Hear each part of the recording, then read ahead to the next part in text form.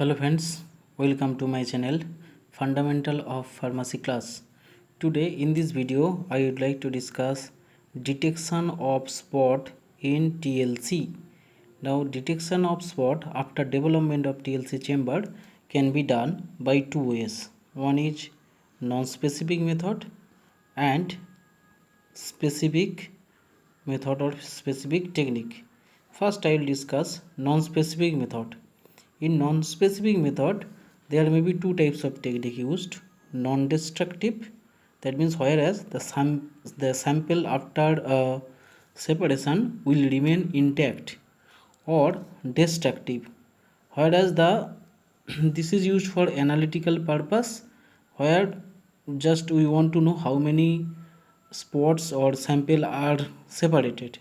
But in case of non-destructive, it is used for preparative purpose. That means where sample remain intact and can be used further for more study. Now, in non-destructive technique, the methods are iodine chamber. As you know, iodine compound, that is iodine, can be attached with double bonded or any kind of unsaturated compound. Suppose C double bond C or C triple bond C. This type of compound, this double bond, the iodine may get attached here like this way.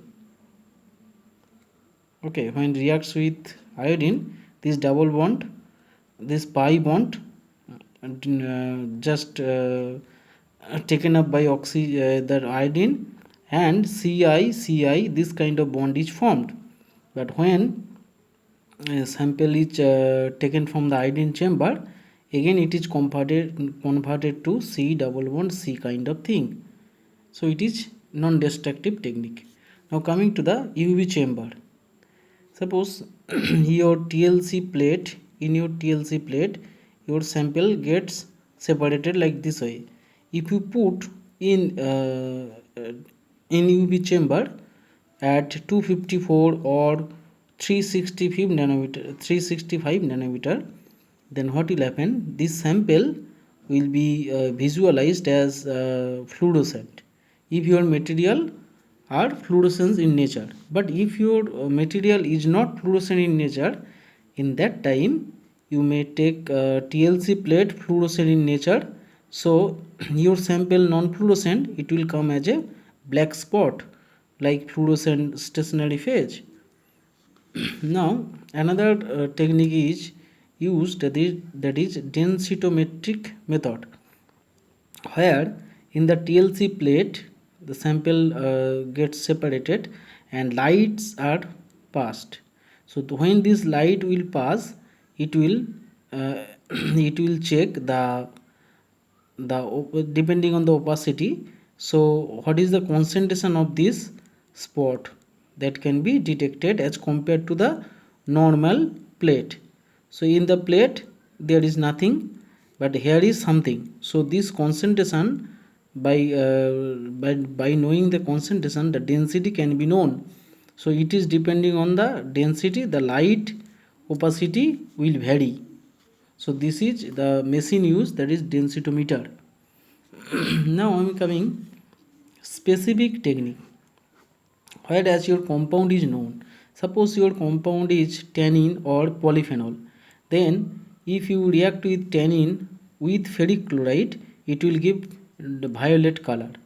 So this is specific test for tannin compound. Okay, now suppose your compound is ammonia, then you can treat with ninhydrin to get a deep blue Rubens purple color. Now if your compound is alkaloid in nature, so you may use Dragon-Top reagent or Hager's reagent or Mayer's reagent. If you use Dragon-Top reagent, that is potassium bismuth iodide, so here you will get orange red precipitate or color.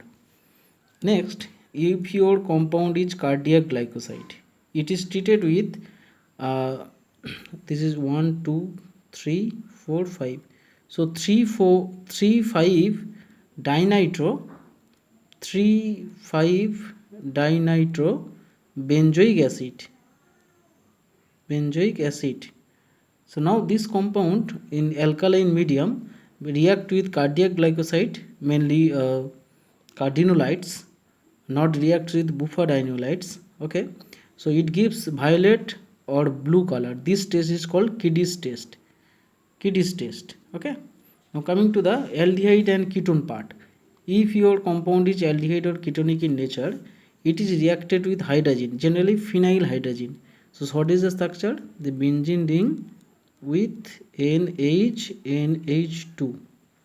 Now when this reaction occurs with any aldehyde or ketonic group, that is C double bond O, this H2 and O will go out as a water, and as a result this kind of N double bond C ring is formed here, CN. So this water will go out, so it's C double bond N. So this is called hydrazone. Now this is having a specific melting point as well as orange precipitate. So by knowing this one, you can check your aldehyde and ketonic compound. Now coming to the next part, qualitative analysis. Here three parameters are used. One is RF, then RX and RM. What is RF? RF value is the distance traveled by the solute by distance traveled by the solvent. Now RX means it is used for the testing for a compound whether it is similar with the standard or not.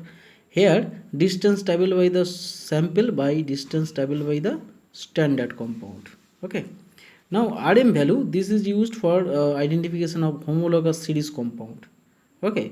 So here delta RM value you'll get is fixed, whereas RM value is the 1 minus 1 by RF. Now if your compound is in homologous series, suppose I am giving one example. Suppose this is toluene and this is ethyl benzene. So these two compound these two compound are in homologous series. If you check RM value for this one, suppose this is RM1 and this is RM2. Now if you find the value delta RM, then this value will be a constant. This value will be a constant value. Okay, so suppose if you draw next one, suppose propyl benzene C2H5CH3. so this compound, if you take delta RM value, then this will be a constant. So by this way you can check whether a compound is in homologous series or not. Okay. So thanks for watching, and please subscribe my channel. Please subscribe and like the videos on my channel, and if you have any question, feel free to ask and write in the comment box. Thank you very much.